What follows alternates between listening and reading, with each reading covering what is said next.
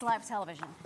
And while the designers create the looks that the models will strut down the runway, have you ever considered where the fabric for those frocks actually come from?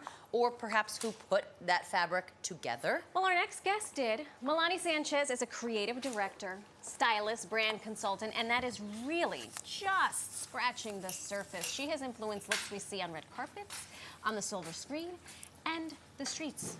Yeah, I hear a champagne poppy perhaps involved. Yep. She is the brains behind Drake's look. Oh my God, she's one of the creative forces behind some of these stylish sneakers that we see here in New York, but also worldwide.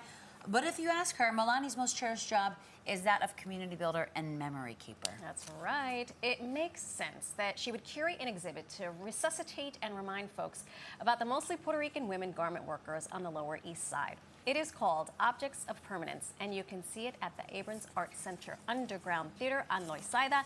Mellany Sanchez, welcome to New York Living. Thank you for having me. What an honor. Oh, this is a treat for us. Yeah. This one's been ranting and raving about you for weeks. Yeah. Same here. Since we've met, we couldn't wait to connect. That's right. We went about 2 weeks ago. So in that illustrious list of things that you do, you come upon these artifacts. Mm-hmm. What really prompted you to put this exhibit together? And at a very poignant time, exactly. New York Fashion Week. Was that by design? That was by design. You know, New York Fashion Week has its own legacy here in New York, of course, but so do so many institutions in the Lower East Side, such as Abrons Art Center and Tenement Museum, who we worked with. And they have their own incredible relationship to fashion and garment work.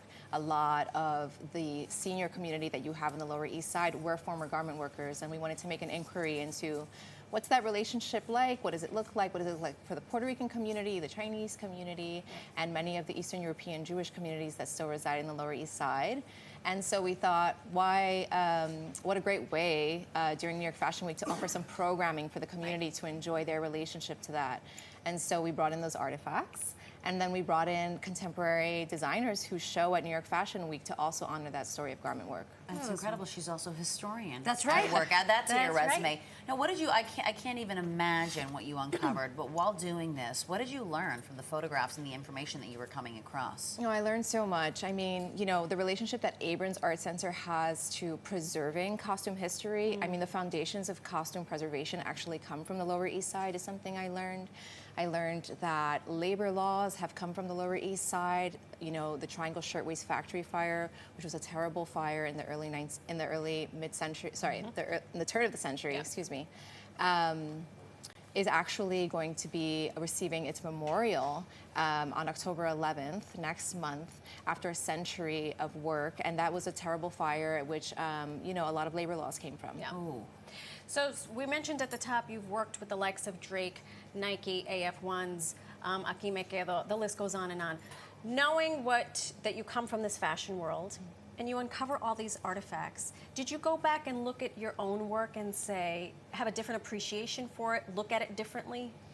Yeah, I mean, I think, you know, I felt so lucky that some of these garment workers and labor union leaders have known to save and cherish their own, you know, objects and artifacts from their life.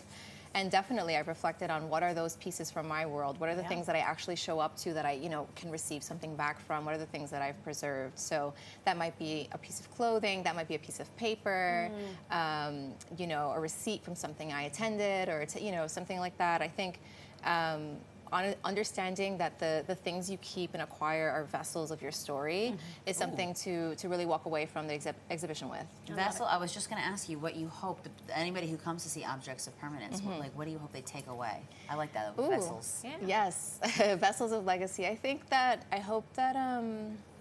I hope people walk away with a sense that, you know, we all have a chance at preserving our own history. Everyone's story is worth preserving. You should and do it. Whether that's, you know, getting an audio recording of your loved ones, telling a story, or, you know, making sure that you have the right resolution of your favorite photos and save them tucked away somewhere, and don't keep ourselves susceptible to digital technology taking care of us, and, you know, keeping things close. I think that that's the walk away there. One thing I should have asked at the top, what are some of these objects? I assumed it's just Permanence. photographs, but tell us what some of these objects are. Some of my favorite pieces are, you know, we have one T-shirt from a piece called The Gym That Lifted Loisaida. and it's by Victor Roman, who's a local, grew up and was part of Henry Street Settlement and Abrons Art Center. And it's a t-shirt. And it's a t-shirt which is an emblem of a gym that is no longer, however, is symbolic of the positive influence that the gym had when it was in the Lower East Side. So that's something that survives, though the gym is no longer there. Wow. Fitness. It always works its way into It keeps us going. It keeps us going. So you're a native New Yorker, the unofficial madrina of Bushwick. Oh, the mayor. You can't walk. You can't go one step or another. Okay, so we have some favorites to ask you about New York I gotta City. get my pen. You ready? Favorite place to shop for sneakers? Ooh, you know what? I buy all my sneakers still on Knickerbocker or Graham Avenue. Graham. There you go. Okay.